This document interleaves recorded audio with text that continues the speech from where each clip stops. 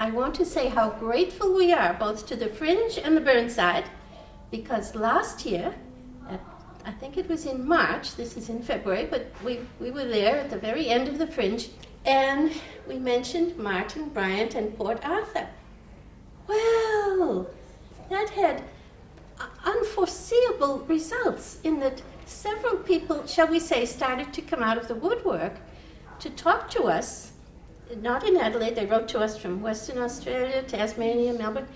And I might say I have a bit of background in the MK Ultra program. No, thank God I was not a victim of it, and you can be sure I was not a perpetrator of it. I'll tell you how I got involved in it. In 2005, there was a meeting, and there was a typo in the advertisement for it on the internet. It said, survivors of mind control. So a few persons who suffered like that and then grew up, and you would think they would be pretty spaced out. It said they will meet near the Doubletree Hotel at Bradley Airport, Connecticut.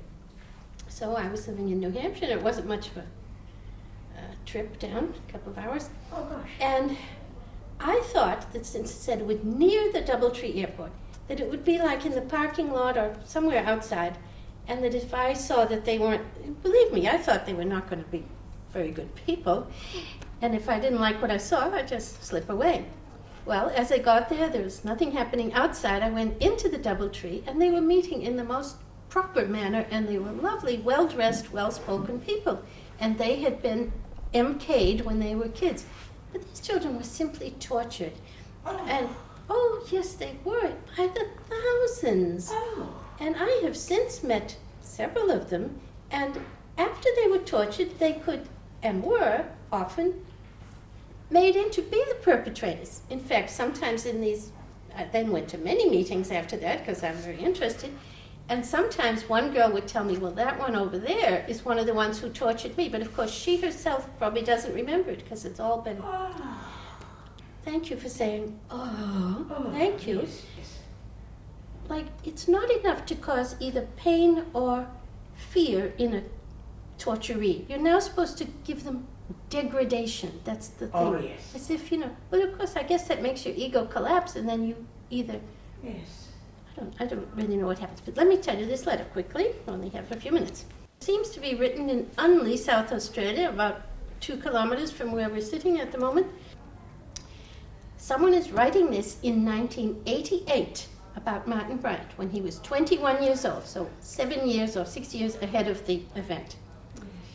Martin was randomly picked, and this is in sarcastic quotes, randomly picked as the Secret Service's child fodder. If you don't think you can tolerate this, just leave the room, but child fodder meeting in Unley, South Australia, at his handler's orders.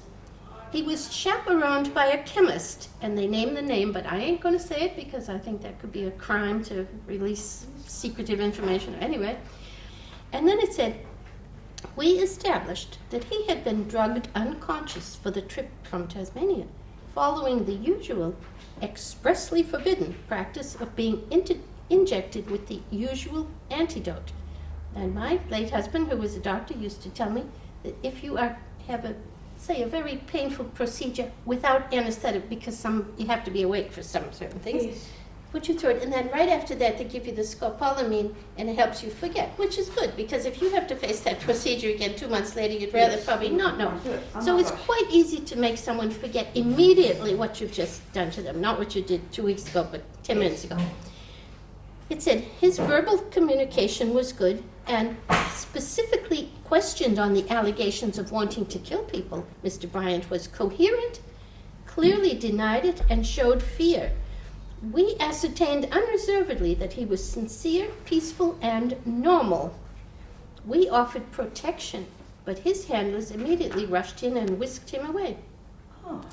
A few weeks later, he was brought to us, and he could not walk unaided.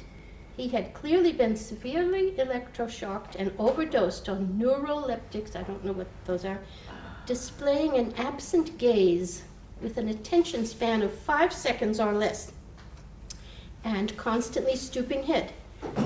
And he had lack of muscle coordination with the inability to close his mouth and control the flow of saliva.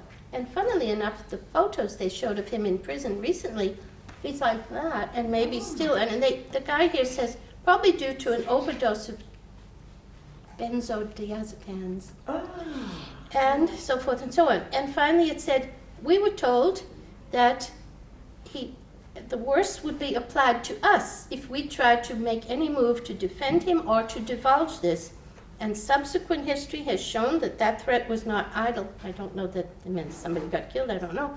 And then someone from Glenside Hospital came in and said Martin had been imprisoned incommunicado and hypnotically induced. And there were similar follow-ups by former Hillcrest psychiatric staff. Well. But that goes along with this MK Ultra type of behavior where and they called him Fodder. And I called one of my MK friends, I only had this 3 days ago, and I phoned her and I said, what about the word child fodder? She said, yes, we were all called fodder. And many women were made pregnant and had babies who weren't registered. There was never a birth certificate. So those babies were all fodder because you could do anything to them as there was no accounting.